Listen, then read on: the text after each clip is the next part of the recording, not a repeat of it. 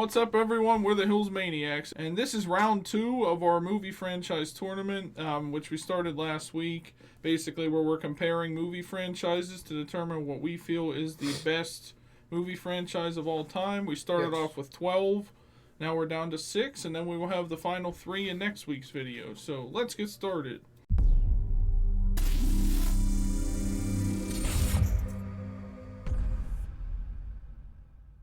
For the start of round 2, we're going to talk about the first bracket. It's the John Wick franchise versus the Harry Potter franchise. So when you look at these two movie franchises, you know, they are like really different, obviously. Like, one's about magic and things like that, and the other is about a lot of guns and killing and whatnot. And one's good and the other one is John Wick. And, I mean, John Wick wasn't bad. Like, I was surprised when you said it was better than Star Wars, but I don't that's think, because I based it on how many movies I thought were better in each franchise. So John Wick had 3 good movies, whereas Star Wars only had 3 out of 9 that were good. And that's how I judged these, and that's how I think we should like judge in terms these, of story. If you look at the John Wick movies, I mean, technically they're, other than like some of the characters continuing into the next they're movie, basically separate. They're basically, you could watch them individually and still have the same kind of fun adventure. You know, just 2 hours of him shooting because people, I mean something different happens. Like in the first one, he wants revenge because the guy stole his car and killed his dog, whereas in the second one, he wants revenge on somebody else for for whatever. I forget exactly why he wanted to kill the one guy. And then even in the third one, he's like tracking down the high table and stuff, the people that are in charge of this giant group of killers that he's part of. So it's different villains throughout the entire thing. Now, when you look at like Harry Potter, though, like now this is a classic movie franchise. You know, people are still talking about Harry Potter. It's still on TV. I don't think you could say the same for John Wick, like years from now, that's still going to be... It'll be one of those just old movies that people watch occasionally or something, like an action movie, but like... I don't think it's going to be one of those like huge like 16 movie franchises by the end. They're making a 4th one and some spin-off stuff, but that's about it. But you look at Harry Potter, it definitely has a better story than like John Wick does. You know, it's like the continual adventures of Harry Potter and his friends. Things are happening. You know, there's an evil force coming into play in various ways throughout each movie and things like that. And other, subplots going on and things like that, So if you look at it by that aspect, then yeah, it's better than John Wick. But if you're more of an action fan, then you'd go with John Wick. They're two different genres. I mean, you can't really judge them based off the genre of... I'm going to go with just by popularity alone. I think Harry Potter wins this. Yeah, I mean, that's what I would pick too. Because, I mean, it's one of those, like you said, it's popular, but it's also basically one story throughout, not counting Fantastic Beasts, because we don't talk about those. And judging it based off of what I judged in the last round, where how many movies I liked in the series versus how many I didn't. John Wick and Harry Potter, both, to me, like, I have no movies that I dislike for certain reasons. I might dislike certain aspects of a movie, like a character or something, but that's kind of what you're supposed to do with movies. But the movies themselves, I thought were all good. And since there's 8 Harry Potters versus 3 John Wicks, I think Harry Potter would win in that aspect. All right, so the next bracket we'll talk about is Pixar versus Indiana Jones. And again, you have to look at it like as overall, how many do you like versus how many you don't like. And Indiana Jones is kind of a hit and miss. We said it in the last one that there's 3 good ones and 1 bad one, which is true. But I also think that compared to not just Pixar, but other franchises on this list, they're just kind of, I don't want to say like mediocre, but they're not as good as some of the other franchises, and it's not really the fault of the movie itself and whoever made it. And they're good movies, don't get me wrong, but they're just not. Well, yeah, the main three I'm talking about, but they're just not something that like, oh, I want to watch a movie. Let me go watch Indiana Jones. You know, it's not one of those things that like. For me, it is though. Like if I'm bored and I just want something to watch, that I'm just gonna kind of like skim through maybe or not pay as much attention to, but it's just like a fun thing to have on in the background. I'd maybe go for Indiana Jones or something along those lines. But like when you compare it to Pixar though, like yes, the Pixar movies aren't technically like connected to each other or things like that, but they're still there's a bunch of different ones, different adventures and all that other stuff they give you can actually watch and you want to pay attention to them because they have all of them have their own unique stories. With Indiana Jones, it's just like, oh, I feel like watching something. I mean, it's either that or like National Treasure for me. Like I compare these two. Those movies are very similar, I think, except one doesn't have a whip, kind of a hat, and one has Nicolas Cage. The other one's Harrison Ford. But I mean, I think Pixar wins this comparison. Yes. Just because there's so much different variety you get out of the Pixar universe, whereas like Indiana Jones is just like the same kind of formula through each movie. Well, and you look at Pixar, you know, Pixar movies are based on emotion, basically. Yeah. I mean, there's literally one based on emotions.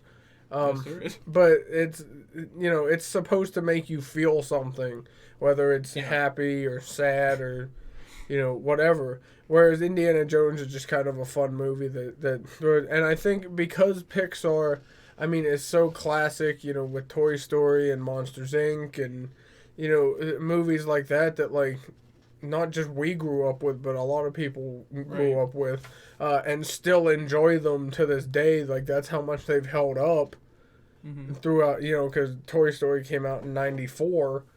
Or whatever, or I think it was 94. But so it's been since 94 that this movie, you know, people still watch it, still talk about it, still quote it, you know, and that's what Pixar did. And I think the most amazing thing about the Pixar franchise too, and all the movies, is the animation and everything else. It stays the same. Like it's pretty much been consistent through every different movie. You see the same kind of animation, the same, not necessarily all the same voice actors, but a lot of the, you know, I mean, John Ratzenberger is in pretty much every Pixar movie. Some of them do a couple, But I think that's just the most interesting part. Whereas like Indiana Jones is like, it's consistent only in like basically the characters. So like Indiana Jones is just the same throughout every movie pretty much. He like doesn't want to go on these adventures, but he does anyways because somebody makes him. So it's kind of like that's kind of a weird thing about the story with that versus Pixar. It's just like a fun thing to sit down and watch. So I think Pixar. Well, and see also with Pixar, you know, you get it's gonna be something different. You know, apart from sequels. You know, if you look at the first movie in each, I guess, franchise within the Pixar verse, you know, you look at like Incredibles, Monsters Inc., Cars, all different stories, different characters, different things, you know, and then you obviously have the sequels and all that kind of stuff. But most of the movies in this franchise are completely different from other stuff we've seen throughout the rest of Pixar. Whereas Indiana Jones, it's basically the same thing. Like, he just leaves the school, goes on an adventure, gets into trouble, saves the day, and then comes back, and then does it again in the next movie. You know, it's the same character, it's very the same focus. Yeah, and very repetitive. So, I think Pixar, we both think Pixar beats Indiana Jones. And finally, we have the Lord of the Rings franchise versus the Marvel Cinematic Universe. Now, for me personally, the MCU wins this just because, like, I don't know. For me, I was kind of bored with the Lord of the Rings stuff because most of it is just walking and talking and things like that, and I didn't pay that much attention to it over the years and things like that.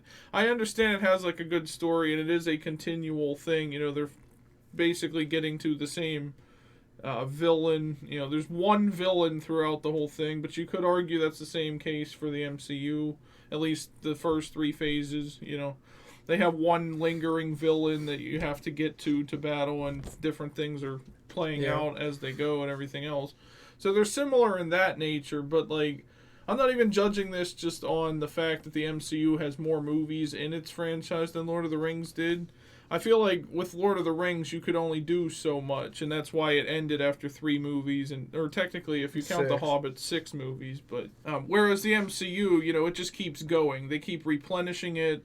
They keep adding new things to it. Right. There's so many characters from the comics that they can introduce in unique and fun ways and everything else. They even have their own, the Disney Plus shows that are on there now that are still connected to the movies and things like that. So there's so much more variety to the MCU. Whereas Lord of the Rings, it was just one path to the end, basically, right. And then it just kind of ends and you're done. But the MCU is something people will continue to talk. I know there are still Lord of the Rings fans out there. It has video games. It has, all kinds of, right. Merchandise and everything else. But so does the MCU.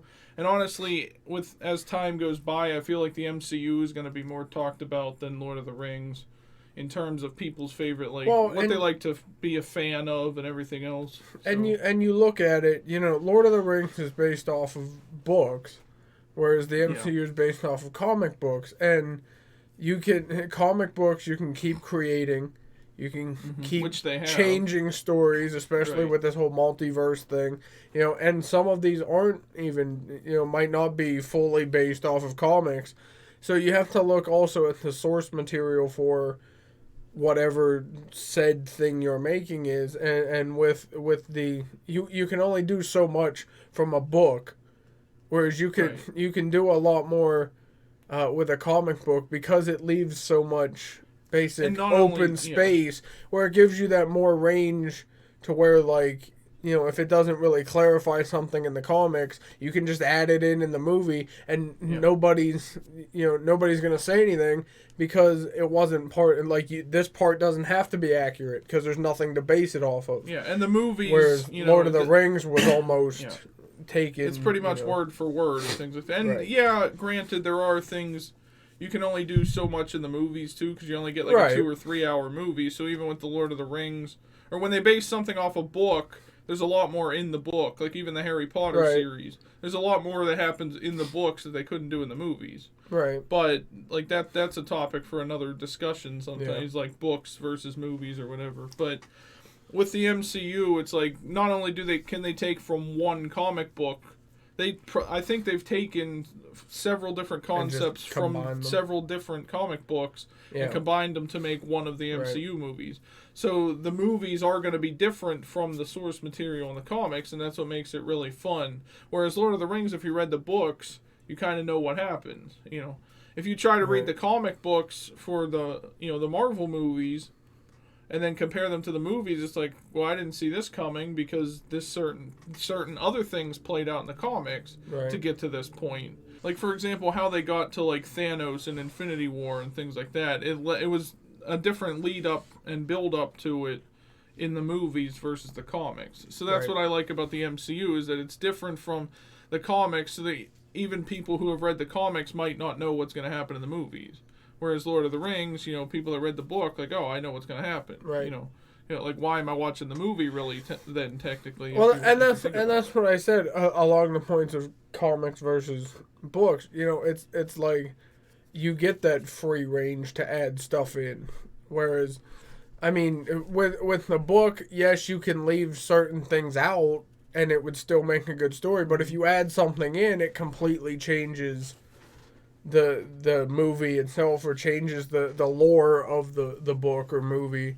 Whereas comic books, there's so much open space, that you didn't cover in the comics that you're supposed to use your imagination to think what would happen here.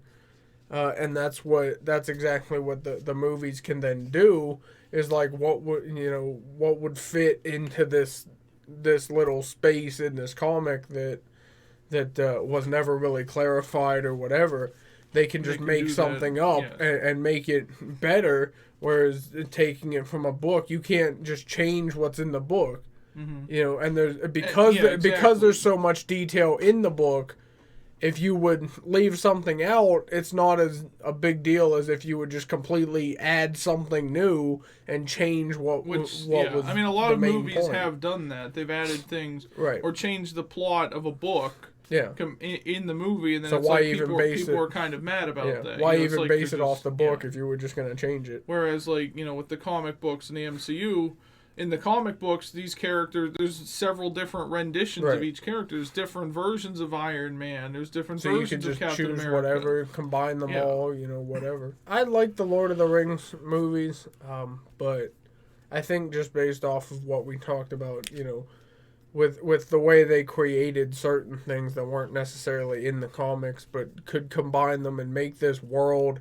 It's 23 movies or something like that. And counting. Well, now 24 with like Black Widow. And Shang-Chi is coming out and all the shows and everything else. But, you know, and you create this entire world where now you can keep adding to it, whereas, like you said, Lord of the Rings is kind of...